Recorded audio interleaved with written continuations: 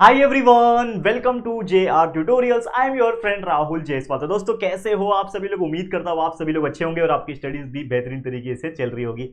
तो जैसा कि आप जानते हैं कि हमने न्यू बैच में जो हमने कंटिन्यूस लॉन्च किया हुआ है आपके लिए, वैसे तो पूरा सिलेबस ऑलरेडी प्रेजेंट है, व्हाइट बोर्ड के वीडियो सारे प्रेजेंट है, पूरा syllabus science maths SST subject का प्रेजेंट है, आप देखते रहो। लेकिन जो न्यू बैच हमने स्टार्ट किया था उसमें हम साइंस का 9th की बात करें तो हम पहुंच चुके हैं चैप्टर नंबर 3 पे। तो चैप्टर नंबर 3 हमने स्टार्ट किया था, पिछला लेक्चर हमने देखा lecture number 1 current electricity chapter का नाम है।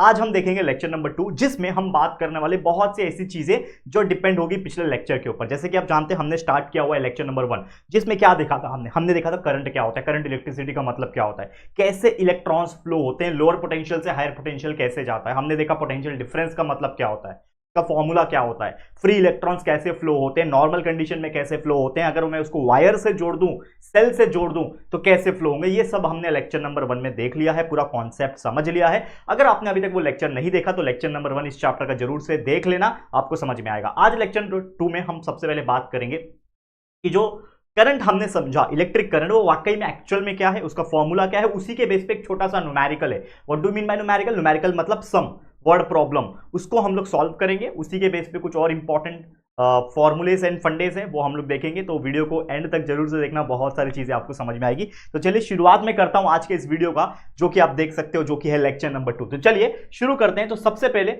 हमने लास्ट लेक्चर में, जैसे कि आपको मैं फिर से याद दिला दूं, थोड़ा सा याद दिलाना चाहता हूं कि हमने ये डिस्कस किया था जो कि था फ्री इलेक्ट्रॉन्स, आपको याद होगा। तो ये हमने फ्री इलेक्ट्रॉन्स डिस्कस किया था जिसमें हमने आपको क्या बताया था कि करंट जो होता है, एक वायर में जो इलेक्ट्रॉन्स फ्लो होता है, that is nothing but the negatively charge particles, वो रैंडमली फ्लो होता है, उसका कोई फिक्स डायरेक्शन नहीं होता। लेकिन जैसे उस वायर को मैं एक सेल से या फिर एक बैटरी से जोड़ दूं तो होता यह है कि उसमें लोअर पोटेंशियल से लेके it start moving from the negatively charge particles, क्या होता है, it start moving from the negative terminal, यानी लोअर पोटेंशियल से हायर पोटेंशियल तक वो मूव करना शुरू होता है। और यही हमने डिस्कस किया था। आज उसके आगे का टॉपिक है जो कि है हमारा, that is nothing but the electric current. What do you mean by electric current? Electric current मैंने समझा दिया, फ्लो ऑफ इलेक्ट्रॉन्स। तो ये क्या होता है, इलेक्ट्रिक करंट क्या है? फ्लो ऑफ इलेक्ट्रॉन्स अगर वो किसी भी कंडक्टर में से जाता है। जैसे मान लो कि ये मेरा प्लास्टिक का टुकड़ा है, ये एक मार्कर बोलते हैं वैसे तो, लेकिन ये एक प्लास्टिक का टुकड़ा है, जस्ट एक प्लास्टिक है। तो अगर मैं इसमें से इलेक्ट्रिसिटी सप्लाई करूं, यानी एक वायर लेके आ जाऊं, आपके स्विच बोर्ड में लगा दूं और यहां पे वायर दे दूं, तो क्या इसमें से करंट फ्लो होगा? नहीं होगा। क्यों करंट फ्लो नहीं होगा? क्योंकि ये एक ऐसा प्लास्टिक है जिसमें फ्री इलेक्ट्रॉन्स नहीं मौजूद है। और वो किस में होते हैं? फ्री इलेक्ट्रॉन सिर्फ और सिर्फ किस में होते हैं? कोई कंडक्टर में। और कंडक्टर का मतलब होता है कोई ऐसा एलिमेंट जिसमें से इलेक्ट्रॉन फ्लो हो सके, जैसे आपका कॉपर वायर हो गया, एल्यूमिनियम वायर हो गया, आपका लोहे का, आयरन का वायर हो गया। ये कुछ ऐसे मेटल्स होते हैं जिसमें से बिजली, इलेक्ट्रिसिटी पास हो सकती है। क्यों पास हो सकती है? क्योंकि उसमें फ्री इलेक्ट्रॉन्स होते हैं। तो हमेशा याद रखना कि कोई कंडक्टर में से ही इलेक्ट्रिक करंट पास हो सकता है, that is nothing but the flow of electrons. और उसको कैसे डिफाइंड करेंगे? It is defined as the charge passing through a conductor, यानी कोई कंडक्टर में से, कोई ऐसा मेटल में से अगर चार्ज पास हो रहा है एक यूनिट टाइम में, उसी को हम लोग बोलेंगे that is nothing but electric current. तो एक करंट का फॉर्मूला बन जाता है कि कितना चार्ज सप्लाई हो रहा है कितने टाइम में। तो हम लोग कैसे लिखेंगे? Current is equal to charge upon time. और इसका एक बेसिक फॉर्मूला भी बन जाएगा। बेसिक फॉर्मूला क्या बनेगा? जैसे करंट को हम लोग आई लेटर से डिनोट करते हैं, हमेशा याद रखना। करंट का मतलब होता है आई, स्मॉल कैपिटल लेटर आई से आप डिनोट कर सकते हो। चार्ज का मतलब मैंने आपको पिछले लेक्चर में बताया था, इसको कैपिटल लेटर क्यू से डिनोट किया जाता है और टाइम को टी से। तो I is equal to Q upon T, this will be your formula, यानी current is equal to charge upon time, charge divided by the time is nothing but your electric current. अब इसका SI unit हमेशा याद रखना, current का SI unit जो होता है वो होता है एम्पियर, याद रखना।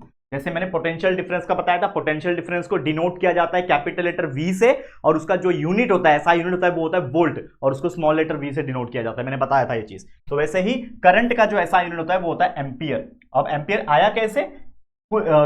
क्यू मतलब चार्ज होता है, और चार्ज का जो एसआई यूनिट होता है वो क्या होता है बच्चा? चार्ज का यूनिट होता है कूलम, ठीक है, और टाइम का होता है सेकंड। तो coulomb per second is nothing but ampere. Coulomb per second को ही एम्पियर कहा जाता है, और इसीलिए डायरेक्ट हम लोग बोल सकते हैं कि ऐसा unit of the electric current is ampere. समझ में आ गया बच्चा? ठीक है, बहुत इजी फॉर्मूला है। अब चलो इसी के बेस पे कुछ क्वेश्चन है वो हम ले लेते हैं। तो देखो एक क्वेश्चन दिया हुआ है जो कि आप एक्सरसाइज में भी देखोगे तो यह मिलेगा, एग्जाम में पूछने के चांसेस होते हैं ऐसे क्वेश्चन के। क्वेश्चन ये बोल रहा है इफ ए चार्ज ऑफ 420 सी का मतलब होता है कूलम, यानी एक चार्ज है, उसका यूनिट दिया हुआ है। तो एक ऐसा कंडक्टिंग वायर है, यानी कोई भी लोहे का, एल्यूमिनियम का, कोई भी समझ लो वायर है, उस वायर में से चार्ज फ्लो हो रहा है और उस चार्ज का वैल्यू क्या है 420 कूलम्ब। 420 कूलम्ब का जो चार्ज है वो फ्लो हो रहा है उस वायर के अंदर, और कितने मिनट तक फ्लो हो रहा है, 5 मिनट तक फ्लो होते जा रहा है, होते जा रहा है, होते जा रहा है। हमें पूछा है what is the value of current, मतलब उस वायर में से कितना करंट फ्लो हो रहा है ये हमें पूछा है। तो जो चीज दिया होता है सबसे पहले हम लिखते हैं। तो हमेशा याद रखना, कभी भी आपको कोई क्वेश्चन पूछता है इस प्रकार का, तो हमेशा सबसे पहले लिखा जाता है गिवन।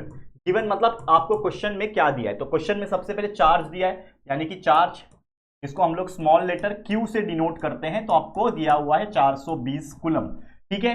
दूसरा चीज आपको बोल रहा है टाइम, टाइम दिया हुआ है 5 मिनट का। टाइम जो है वो जिसको हम टी से डिनोट करते हैं, time is equal to T is equal to कितना दिया हुआ है 5 मिनट। हमेशा याद रखना टाइम को हमेशा सेकंड में कन्वर्ट कर लेना। 1 मिनट में होते हैं 60 सेकंड, ये आप जानते हो। तो 5 मिनट में कितने हो जाएंगे, मल्टीप्लाई बाय 60 यानी 5 मल्टीप्लाई बाय 60, तो ये हो जाएगा 300 सेकेंड। ठीक है, 300 सेकंड का टाइम है। दूसरा चीज हमें बोल रहा है what is the value of current, यानी करंट का वैल्यू हमें कैलकुलेट करना है। तो करंट जिसको हम लोग आई बोलते हैं is equal to question mark, यानी ये हमें कैलकुलेट करना है। तो हमें फॉर्मूला पता है, अभी अभी मैंने सिखाया आप लोग को बच्चा, क्या सिखाया फॉर्मूला, कि करंट इज, वी नो, ऐसा लिखो, we know current is equal to charge divide by time.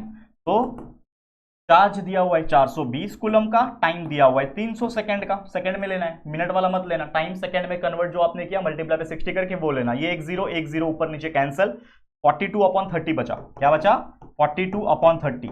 अब आपको देखो इसको सिंप्लीफाई कैसे कर सकते हो। आपको पता है 6 का टेबल, 6 के टेबल में 6 7 होता है 42 और 6 5 30, यानी क्या बच रहा है 7/5 बच रहा है। अब 7 को 5 से डिवाइड कर लो, 7 डिवाइडेड बाय 5, 5 1 5 होता है, माइनस करोगे 2 बच्चा, पॉइंट डाल दो 0 हो जाएगा, 5 4 होता है 20, खत्म, 0 आ गया।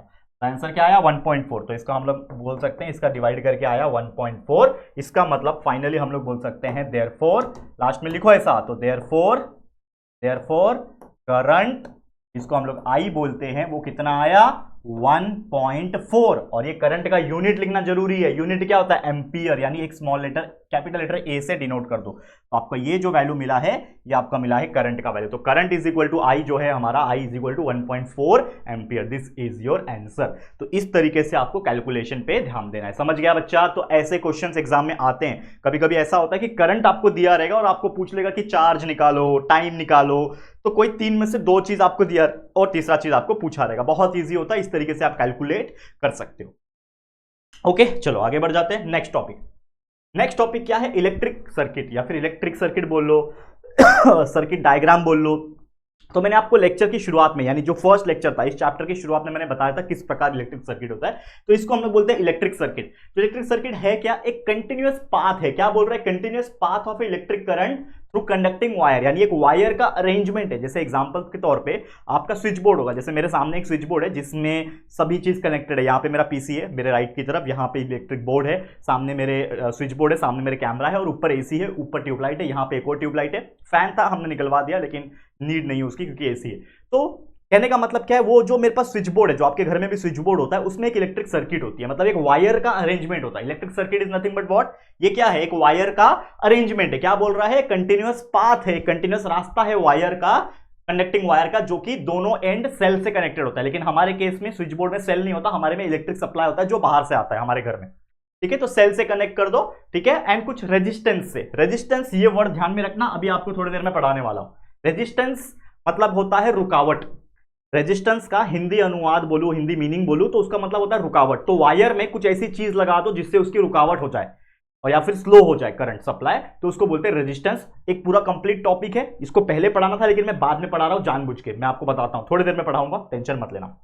तो इसी को कहा जाता है इलेक्ट्रिक सर्किट। तो होता ही है इलेक्ट्रिक सर्किट में, मान लो ये इलेक्ट्रिक सर्किट है, तो ये आपका जो पार्ट दिख रहा है, ये आपको एक जिगजैग लाइन दिख रहा होगा। इस लाइंस को, इस जिगजैग लाइंस को हम लोग बोलते हैं रेजिस्टेंस, जिसको कैपिटल लेटर आर से डिनोट किया जाता है। तो वो रेजिस्टेंस है। तो इस एक्चुअल में मतलब क्या होता है रेजिस्टेंस का, यहाँ पे मैं समझा देता हूँ फिर से। देखो, समझ लो कि एक वायर है, ये सीधा वायर है, तो इसमें से करंट जो है इजीली फ्लो हो जाएगा। लेकिन अगर इसी वायर को मैं ऐसा मोड़ दूं, कट मोड़ दिया, तो जो करंट सप्लाई आ रहा था तो वहां से जाएगा, यहां से जाएगा, यहां से जाएगा। तो इस वायर के कंपैरिजन में इस वायर में जो इलेक्ट्रिक करंट फ्लो होने का जो चांस रहेगा वो थोड़ा स्लो हो जाएगा। तो इसीलिए इस चीज को हम लोग बोलते हैं रेजिस्टेंस। और ये आपके इलेक्ट्रिकल कंपोनेंट्स, इलेक्ट्रिकल डिवाइसेस में यूज किया जाता है। रेजिस्टेंस जिसके अलग अलग कलर कोड भी होते हैं, जो कि हम फ्यूचर स्टैंडर्ड्स में पढ़ेंगे, फिजिक्स वगैरह में पढ़ेंगे, टेंशन मत लेना, ठीक है। तो ये क्या है समझ लो, एक वायर है जिसको हम लोग ने मोड़ मार दिया तो समझ लो ये रेजिस्टेंस बन गया। यहाँ पे वायर सप्लाई हो गया, यहाँ पे स्विच है ऑन ऑफ करने के लिए, स्विच बोर्ड होता है जैसे वैसा। यहाँ पे मेरा बैटरी है या फिर सेल है बोल लो, ठीक है। यहाँ पे कंडक्टिंग वायर है, करंट फ्लो हो रहा है। यहाँ पे लगा दिया एम मीटर, तो ये वर्ड याद रखना एम मीटर। ये एम मीटर एक ऐसा डिवाइस होता है, एक ऐसा अप्लायंस होता है जिसका इस्तेमाल किया जाता है कितना करंट फ्लो हो रहा है उस पर्टिकुलर सर्किट में ये जानने के लिए। यानी मान लो कि मेरे पास एक इलेक्ट्रिक सर्किट है, इसमें से करंट फ्लो हो रहा है, लेकिन कितना करंट फ्लो हो रहा है वो कैसे पता चलेगा? तो एक मेजरमेंट डिवाइस है। ये क्या है? एक मेजरमेंट, एक नापने वाला डिवाइस है जो हमें ये बताता है कि कितना करंट फ्लो हो रहा है। इसीलिए इसका नाम है एम मीटर। एम मीटर मतलब क्यों नाम है?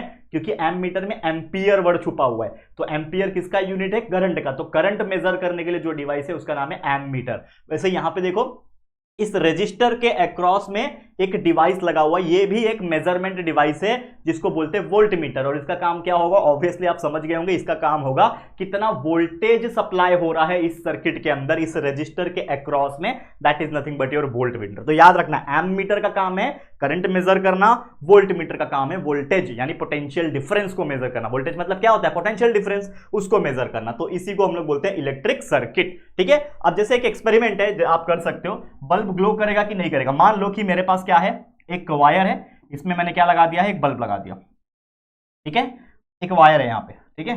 अब ये वायर में मैंने एक सेल जोड़ दिया, तो क्या ये बल्ब ग्लो करेगा?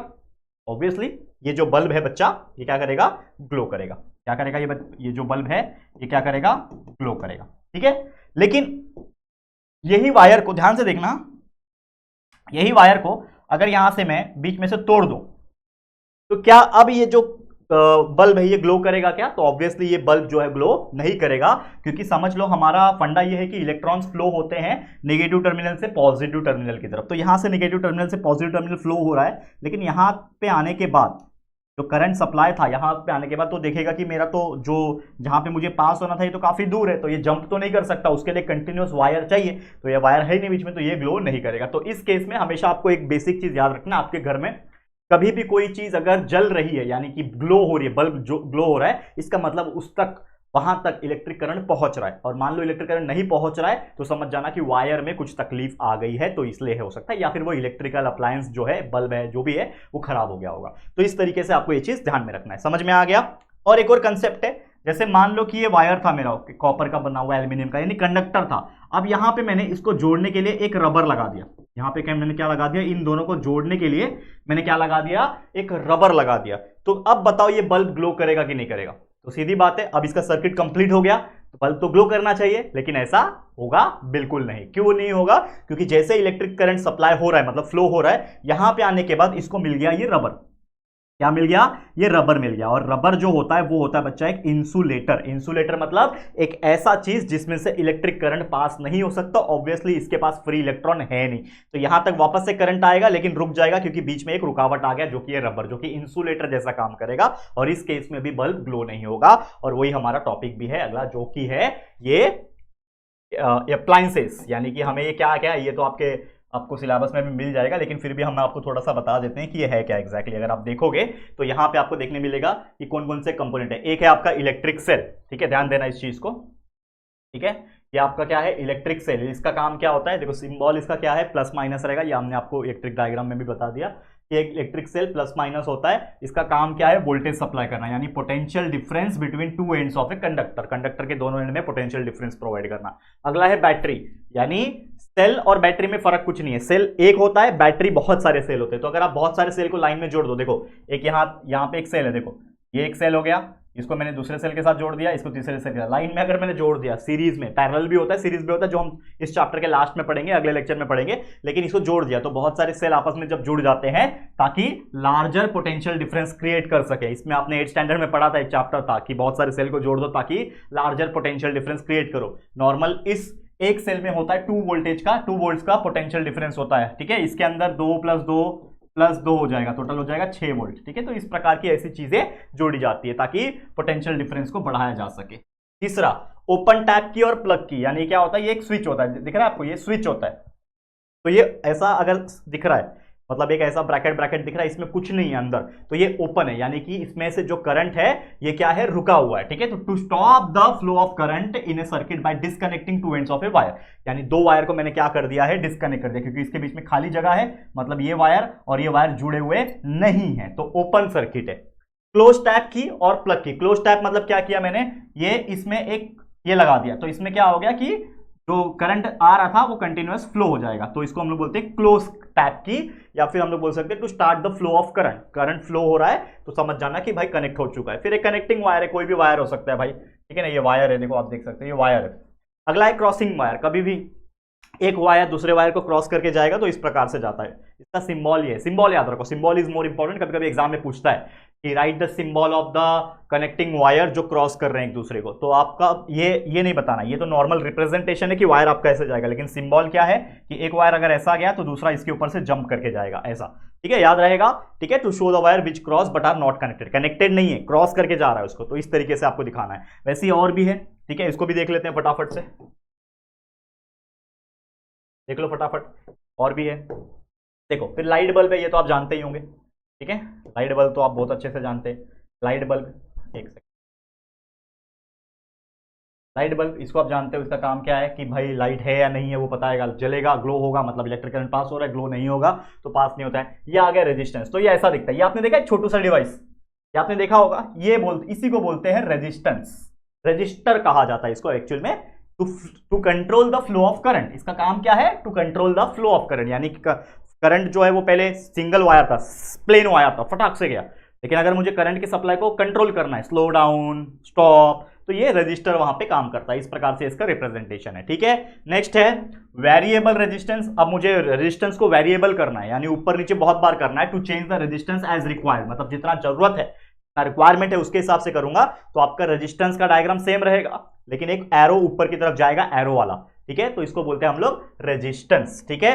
अगला है एमीटर। एमीटर का मतलब क्या होता है भाई, ऐसा डिवाइस जिसका इस्तेमाल किया जाता है ताकि करंट को मेजर किया जा सके, to measure the current flowing in the circuit. And last में है वोल्ट मीटर, जो कि ऑलरेडी बता दिया मैं, इसका काम क्या है, टू मेजर द वोल्टेज, यानी पोटेंशियल डिफरेंस को दो सर्किट के बीच का, जो दो पॉइंट्स है सर्किट के बीच का, उसको मेजर करने के लिए। अब ये जितने भी मैंने आपको डायग्राम्स फंक्शंस बताए, ये बहुत इंपॉर्टेंट, आप इसको एकदम याद कर लो, बाय हार्ट करके रख लो, क्योंकि हो सकता है इसमें से कुछ भी पूछ सके, फंक्शन पूछ लेगा, सर्किट डायग्राम पूछ लेगा, सिंबल पूछ सकता है, कुछ भी पूछ सकता है, तो जरूर से इसको बाय हार्ट करके लर्न करके रख लेना, ठीक है बच्चा, क्लियर है। चलो आगे बढ़ जाते हैं, नेक्स्ट टॉपिक पे चलते हैं। अगला टॉपिक क्या है, अब अगला टॉपिक आ गया कंडक्टर्स एंड इंसुलेटर्स। जैसा मैंने आपको थोड़ी देर पहले बताया, कंडक्टर का मतलब क्या होता है, कंडक्टर मतलब ऐसा सब्सटेंस जिसमें रेजिस्टेंस बहुत लो होता है, लो रेजिस्टेंस, मतलब एक ऐसा वायर है मेरे पास जिसमें से इलेक्ट्रिक करंट इजीली जो है वो पास होके चले जाएगा। क्यों है, क्योंकि उसका रेजिस्टेंस लो है और दूसरा उसके अंदर फ्री इलेक्ट्रॉन्स प्रेजेंट है, इसीलिए उसको कंडक्टर कहा जाता है। तो करंट कैन इजीली फ्लो, ये चीज ध्यान में रखना, क्या बोल रहा है, current can easily flows through such material, यानी जो भी कंडक्टर होता है ऐसे मटेरियल में से करंट बहुत इजीली फ्लो कर पाते हैं। क्यों, एक तो फ्री इलेक्ट्रॉन्स प्रेजेंट है और दूसरा उसके अंदर रेजिस्टेंस बहुत कम होता है, यानी रुकावट बहुत कम है, तो रुकावट नहीं तो फटाक से निकल जाएगा। जैसे रोड पे गाड़ी चलाते हैं, स्पीड ब्रेकर होता है तो टाइम लगता है जाने में, लेकिन स्पीड ब्रेकर नहीं, एकदम चिकना रोड है, जैसे हाईवे वगैरह पे होता है तो हम भगाते हैं गाड़ी को, उसी प्रकार करंट फ्लो होता है। एग्जांपल क्या है, जितने भी मेटल्स होते हैं जनरल तौर पे अगर आप देखोगे तो वायर जो होते हैं वो जनरल तौर पे एल्यूमिनियम से बनाए जाते हैं, जो बड़े बड़े वायर जो खंबे पे होते हैं। उसके अलावा हमारे घर में जो वायर्स होते हैं वो कॉपर से बनते हैं, और भी ऐसे बहुत सारे ये है क्या बोलते हैं वायर से, जैसे आयरन से भी वायर बनते हैं, इसका इस्तेमाल कम होता है लेकिन फिर भी, तो ऐसे कई सारे मेटल्स है जिसमें से करंट जो है बहुत इजीली फ्लो होता है, और इसी को हम लोग बोलते हैं कंडक्टर। वैसे अगला है इंसुलेटर। तो मैंने आपको थोड़ी देर पहले बताया था वो बल्ब जलाने वाला, उसमें मैंने रबर लगा दिया, तो रबर क्या कर रहा है, वो करंट को रोक दे रहा है। क्यों रोक दे रहा है, क्योंकि ऐसे सब्सटेंस में क्या होता है, एक्सट्रीमली हाई रेजिस्टेंस होता है, मतलब इतना ज्यादा रेजिस्टेंस है कि करंट वहां तक आया तो भाई करंट रुक जाएगा। क्यों, क्योंकि उसको आगे बढ़ने ही नहीं दिया जाएगा, क्योंकि वहां पे रेजिस्टेंस बहुत ज्यादा है, करंट को रोकने वाला जो स्पीड ब्रेकर है वहां पे बहुत ज्यादा है, ठीक है। तो जिसके वजह से करंट जो है कैन नॉट फ्लो, उसके अंदर से, इंसुलेटर्स के अंदर से करंट फ्लो नहीं हो सकता, इसीलिए इसको क्या कहा जाता है, इंसुलेटर कहा जाता है। ये इंसुलेट करते हैं, इंसुलेट मतलब बचाते हैं, इसीलिए जो कॉपर वायर हमारे घर में जो होता है, आपने देखा है हमारे घर में कॉपर वायर होता है, उसके ऊपर प्लास्टिक की कोटिंग होती है, ताकि उस वायर को अगर मैं टच करूं तो मुझे करंट ना लगे, क्योंकि अंदर तो कॉपर वायर है, उसके अंदर से बिजली फ्लो हो रहा है, करंट फ्लो हो रहा है, इलेक्ट्रॉन्स फ्लो हो रहा है। तो अगर मैं उस के अंदर के कॉपर को टच करूंगा तो मुझे करंट लग जाएगा। लेकिन अगर उसके ऊपर प्लास्टिक की कोटिंग है, जैसे हर वायर आप देख पा रहे होंगे, यहां पे है नहीं, मैं दिखाता नहीं, तो जैसे ये है फॉर एग्जांपल, ये माइक भी एक वायर है ना, तो ये वायर जो है इसके अंदर भी एक वायर है, ये ऊपर प्लास्टिक कोटिंग है, ये प्लास्टिक का है, इसके अंदर एक वायर है जो कि करंट को फ्लो करवा रहा होगा, यानी जो भी वो सीपीयू से कनेक्टेड है तो ये फ्लो करवा रहा होगा। लेकिन इस चीज के वजह से क्या है, प्लास्टिक के वजह से मुझे करंट टच करने पे नहीं लग रहा। क्यों नहीं लग रहा? क्योंकि वो इंसुलेटर का काम कर रहा है। तो इंसुलेटर इसीलिए लगाया जाता है ताकि करंट जो है वहां से पास ना हो। इसका एग्जांपल है प्लास्टिक, रबर, वुड, लकड़ा, ये सब चीज में कोई करंट जो है वो पास नहीं होता है। समझ में आ गया? चलो फिर चलते हैं हमारे और भी बहुत इतने इंपॉर्टेंट टॉपिक है, मोस्ट इंपॉर्टेंट टॉपिक है कि आप सोच नहीं सकते। तो ये one of the most important topic होने वाला है हमारे इस चैप्टर का, जिसका नाम है resistance and Ohm's law. Ohm's law एक ऐसा टॉपिक है जो शायद आपको जिंदगी भर यूज होएगा अगर आप फिजिक्स पढ़ रहे होंगे, ठीक है? तो मोस्ट इंपॉर्टेंट टॉपिक आप बोल लो फिजिक्स, ये क्या है? अब देखो, तो ओम्स लॉ क्या है? तो Ohm's law is defined as, Ohm's law क्या बोलता है? It is defined as if the physical state of a conductor remains constant, यानी कि अगर कोई सॉलिड है तो वो सॉलिड ही रहे, लिक्विड है तो लिक्विड ही रहे, गैस है तो गैस रहे, यानी कोई भी कंडक्टर का, ऑब्वियसली जितने भी हमने कंडक्टर देखे वो सब सॉलिड देखे, जैसे खास करके कॉपर, एल्यूमिनियम, ये सब सॉलिड ही होते हैं। तो अगर इन कंडक्टर का जो स्टेट ऑफ मैटर है या फिर स्टेट है, फिजिकल स्टेट जिसको हम लोग बोलते हैं, अगर वो कांस्टेंट रहे तो हम बोल सकते हैं कि जो करंट होगा जो उसके अंदर से फ्लो हो रहा है, the current flows through it is directly proportional to the potential difference, यानी current is directly proportional to potential difference। अब इसका मतलब क्या होता है? current is directly proportional, directly proportional मतलब अगर करंट बढ़ेगा तो वोल्टेज भी बढ़ेगा, अगर करंट कम होगा तो वोल्टेज भी कम होगा, इसको बोलते हैं डायरेक्टली प्रोपोर्शनल होना। तो यहां पे बोल रहा है कि अगर उस कंडक्टर का जो फिजिकल स्टेट है अगर वो कांस्टेंट है तो उस केस में जो करंट है मेरा जो फ्लो हो रहा है वो डायरेक्टली प्रोपोर्शनल होगा, किससे? वोल्टेज से, between its the end point, जो भी उसका एंड पॉइंट है उसके बीच में। तो इसका मतलब ये हुआ, मैथमेटिकली हम लोग कैसे लिखेंगे कि आई यानी करंट इज डायरेक्टली प्रोपोर्शनल का सिंबल होता है ये वाला, ये आपने शायद 8 में भी देखा होगा। तो डायरेक्टली प्रोपोर्शनल टू वोल्टेज, तो I is directly proportional to voltage. लेकिन हम एक चीज जानते हैं, बचपन से पढ़ते आ रहे हैं, 8th स्टैंडर्ड में भी आपने पढ़ा होगा कि in order to remove this proportionality sign we have to multiply it by a constant value। तो यहां पे इसको इक्वल बनाने के लिए, यानी इस प्रोपोर्शनलिटी साइन को हटा के इक्वल का साइन लिखने के लिए हमने इस वोल्टेज को k से मल्टीप्लाई कर दिया। तो क्या बन गया? I is equal to k multiply by v। I is equal to क्या बन गया? k मल्टीप्लाई बाय v बन गया। ठीक है, यहां तक कोई दिक्कत है बच्चा? ठीक है, अब मुझे क्या करना है, इस k को I के पास भेज देना है। तो k के साथ वोल्टेज मल्टीप्लाई में है तो k इधर जाएगा तो डिवाइड हो जाएगा, तो I अपॉन k हो गया, उधर वोल्टेज अकेला बच गया। ठीक है, तो अब यहां पे क्या हो जाएगा, यहां पे मैं I को ऐसे ही लिखता हूं और इसको लिखता हूं 1 अपॉन k। ठीक है, I को ऐसे ही लिखता हूं और इसको लिखता हूं 1 अपॉन k और इज इक्वल टू v लिखता हूं, तो कुछ फर्क पड़ेगा? I इंटू 1 अपॉन k मतलब I अपॉन k ही है। बट यहां पे इस केस में मैं क्या करता हूं, ये I अपॉन जो k है ना, इसको मैं कुछ मान लेता हूं जो कि है r। तो मैं लिखता हूं I multiply by 1 upon k को मैंने r मान लिया इज इक्वल टू v। ठीक है, क्या मान लिया? 1 अपॉन k को मैंने r मान लिया। तो यहां पे लिखो कि 1 upon k is equal to r। ठीक है, तो यहां पे क्या हो जाएगा, देयरफॉर ये जो v है हमारा तो मैं आगे लिखता हूं और ये I मल्टीप्लाई बाय r को इस तरीके से लिखता हूं, I डॉट r, डॉट मतलब मल्टीप्लाई होता है, तो v is equal to I R. ये क्या बन गया? मेरा फॉर्मूला बन गया और इसी को कहा जाता है, दिस इज नोन एज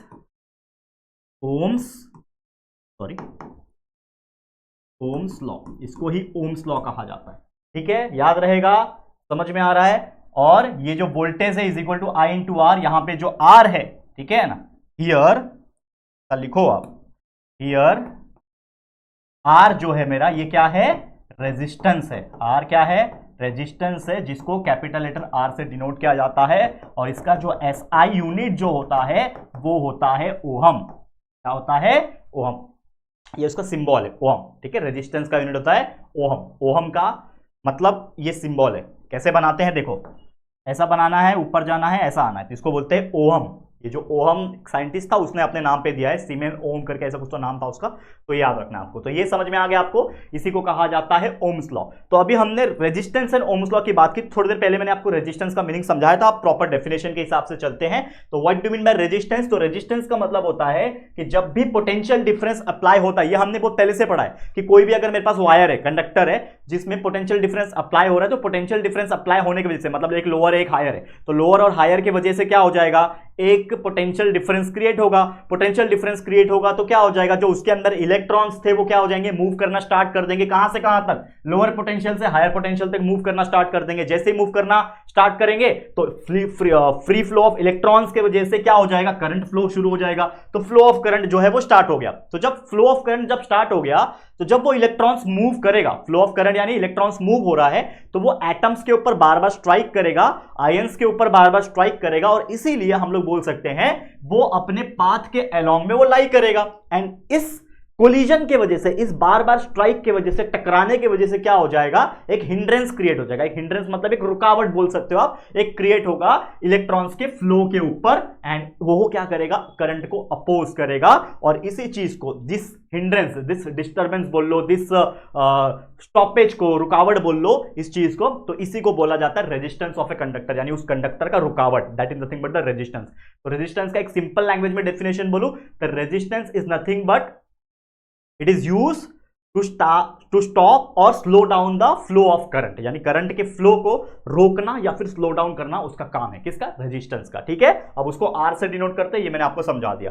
अब एक टॉपिक है रेजिस्टिविटी, एक बहुत इंपॉर्टेंट टॉपिक है। तो रेजिस्टिविटी क्या बोलता है कि अगर कोई गिवन टेम्परेचर है कोई भी कंडक्टर का, तो उसमें जो रेजिस्टेंस होगा, उस कंडक्टर का रेजिस्टेंस होगा ऑब्वियसली। किसी कंडक्टर का रेजिस्टेंस बहुत कम होता है तो करंट बहुत आसानी से फ्लो होता है, किसी कंडक्टर का रेजिस्टेंस ज्यादा होता है तो करंट स्लो फ्लो होगा। ठीक है, तो जब रेजिस्टेंस कंडक्टर का किसके ऊपर डिपेंड करेगा, उसके लेंथ के ऊपर, यानी वो वायर जो है कितना लंबा है उसके लेंथ के ऊपर डिपेंड करेगा। उसका एरिया ऑफ क्रॉस सेक्शन क्या है, यानी वो जो वायर है वो कितना, उसका एरिया ऑफ क्रॉस सेक्शन है, यानी कितना मोटा है, कितना पतला वायर है, उसको बोलते हैं एरिया ऑफ क्रॉस सेक्शन। तो उसके ऊपर भी डिपेंड करेगा, और साथ में वो कौन से मटेरियल से बना हुआ है उसके ऊपर भी डिपेंड करेगा। मान लो कि मेरे पास कोई वायर है और वो बना है प्लास्टिक का, तो क्या करंट फ्लो होगा, होएगा ही नहीं। अगर वो वायर कॉपर का बना है तो होगा। तो इसका मतलब ये हम बोल सकते हैं कि जो रेजिस्टिविटी यानी रेजिस्टेंस का जो वैल्यू होगा वो हर मटेरियल के लिए अलग अलग होगा, बोल सकते हैं ऑब्वियसली। तो हम क्या बोल सकते हैं, इसके आधार पे एक डेफिनेशन बनता है। क्या डेफिनेशन बनता है कि this resistivity law states that resistance is directly proportional to the length,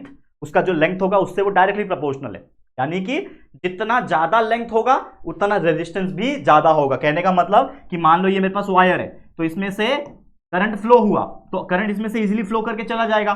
ठीक है, और बीच में मैंने थोड़ा सा रेजिस्टेंस डाल दिया तो ये थोड़ा सा टाइम लगेगा, चला जाएगा। लेकिन वही ये वायर अगर बहुत बड़ा होता और बीच में कहीं पे रेजिस्टेंस मैंने लगाया होता, ठीक है, तो इसको ज्यादा टाइम लगता करंट पहुंचने में। तो हम ये बोल सकते हैं कि जो मेरा रेजिस्टेंस है या फिर रेजिस्टिविटी है, वो रेजिस्टेंस किसके ऊपर डिपेंड करेगा, डायरेक्टली प्रोपोर्शनल होगा उसके लेंथ पे। तो जितना बड़ा लेंथ ऑफ वायर उतना ज्यादा रेजिस्टेंस, बोल सकते हैं कि नहीं बोल सकते हैं, एंड इनवर्सली प्रोपोर्शनल होगा उसके एरिया पे, यानी जितना ज्यादा बड़ा वायर उतना उसका रेजिस्टेंस, लेकिन जितना पतला वायर उतना क्या बोल सकते हो, इनवर्सली प्रोपोर्शनल का मतलब होता है उल्टा, यानी कि अगर एरिया ज्यादा होगा तो रेजिस्टेंस कम होगा, एरिया कम होगा तो रेजिस्टेंस ज्यादा होगा। तो हम क्या बोल सकते हैं, मैथमेटिकली क्या बोलेंगे हम लोग, मैथमेटिकली यानी फॉर्मूले के हिसाब से हम लोग क्या बोलेंगे कि हमारा डेफिनेशन क्या बोलता था कि resistance is directly proportional to L यानी लेंथ, तो R is proportional to L लिख दिया, and resistance is inversely proportional, inversely मतलब 1 अपॉन इनवर्स हो जाता है ना, तो resistance is inversely proportional to area of cross section. अब दोनों को साथ में ले लूंगा, दोनों में आर आर लेफ्ट साइड है तो आर मैंने लिख दिया, प्रोपोर्शनल का साइन लगा दिया, एल मल्टीप्लाई बाय 1 होता है एल, और नीचे आ गया ए, तो L is proportional to L upon A. समझ में आ गया, यहां तक तो कोई दिक्कत नहीं होगा, इसको मिटाओ, काम नहीं है, ठीक है। यहां पे ध्यान देना बच्चा, बहुत तगड़ा है ये, R is proportional to L upon A. लेकिन मुझे पता है कि रेजिस्टेंस का जो सिंबल है, रेजिस्टेंस का जो सिंबल है वो कैसे हटेगा, मतलब माफ करना, रेजिस्टेंस का नहीं, इसका प्रोपोर्शनल का सिंबल है उसको हटाना पड़ेगा, इक्वल लिखना पड़ेगा। तो इसको मिटाने के लिए, इसको हटाने के लिए इक्वल लिखा, और उसको ये करने के लिए, एक प्रोपोर्शनलिटी का साइन हटा के इक्वल लिखने के लिए मुझे कांस्टेंट के साथ मल्टीप्लाई करना पड़ेगा, जो कि होगा रो। इसको बोलते हैं रो, RHO बोला जाता है रो। ठीक है, तो रो क्या है, मेरा रेजिस्टिविटी है, रो मेरा क्या है, रेजिस्टिविटी। तो ये हो गया, that is multiply by L upon पे। This will be become the formula for calculating the resistivity. यहां पे हम लोग बोल सकते हैं हियर, आप लिखो यहां पे हियर, हियर ये symbol rho is equal to resistivity of conductor, जो भी कंडक्टर रहेगा उसका रेजिस्टिविटी, ठीक है, ये रहेगा। और इसका यूनिट क्या हो जाएगा, देखो रेजिस्टिविटी का जो यूनिट हो जाएगा, अब इसको हम लोग इसको अगर हम लोग फॉर्मूला कन्वर्ट करें, तो अगर हम फॉर्मूले में कन्वर्ट करें तो ये क्या हो जाएगा बच्चा, देखो ध्यान से देखना इस चीज को, बहुत ईजी है ये, ईजी मतलब थोड़ा सा दिमाग लगाने वाला चीज है। देखो देखो ये R is equal to rho into L upon है, मुझे रो का वैल्यू चाहिए, माफ करना, मुझे अगर रो का वैल्यू चाहिए तो क्या हो जाएगा, rho will be equal to what, ये ए आर के पास चला जाएगा, यानी आर मल्टीप्लाई बाय ए, ठीक है, R multiply by A divide by L हो जाएगा। तो रेजिस्टिविटी अगर आपको कैलकुलेट करना है तो आप डायरेक्टली ये फॉर्मूला भी लगा सकते हो जो कि इसी से बना हुआ है। तो rho is equal to R multiply by A upon L. अब इसका मुझे अगर यूनिट निकालना है मान लो, तो मैं कैसे निकालूंगा, ध्यान देना बच्चा, यूनिट निकालना तो मैं कैसे निकालूंगा, रेजिस्टेंस का यूनिट होता है ओम मल्टीप्लाई बाय एरिया, एरिया का यूनिट होता है मीटर स्क्वायर, मीटर का स्क्वायर अपॉन लेंथ का यूनिट होता है मीटर। 1 मीटर और 1 मीटर स्क्वायर का वैल्यू कट गया, क्या बच गया, ओहम और मीटर। तो इसका यूनिट हो जाएगा ऐसा unit ohm metre, ohm metre, ohm multiply by metre. This will be become the formula. समझ में आ गया। तो इस तरीके से हमने ये आपको सब चीज समझा दिया कि भाई कंडक्टर क्या होता है, इंसुलेटर क्या होता है, रेजिस्टेंस क्या होता है, रेजिस्टिविटी क्या होती है, हर एक चीज हमने को इस चीज से, इस लेक्चर से आपको समझा दिया होगा मैंने, और उम्मीद करता हूं आपको बहुत बेहतरीन तरीके से समझ में आ गया होगा।